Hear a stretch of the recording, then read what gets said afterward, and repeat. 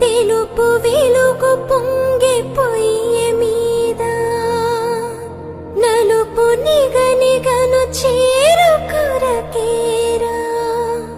భువిన దొరుకు అమృతము ఇది ఏరా విశ్వదాభిరామ మనం కాఫీ తాగుదామా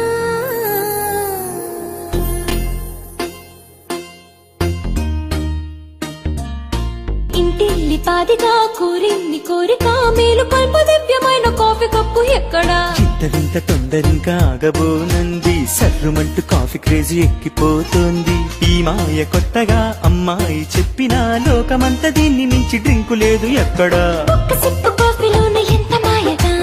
ఇంత కన్నా సాగుతుందా లైఫ్ హాయిగా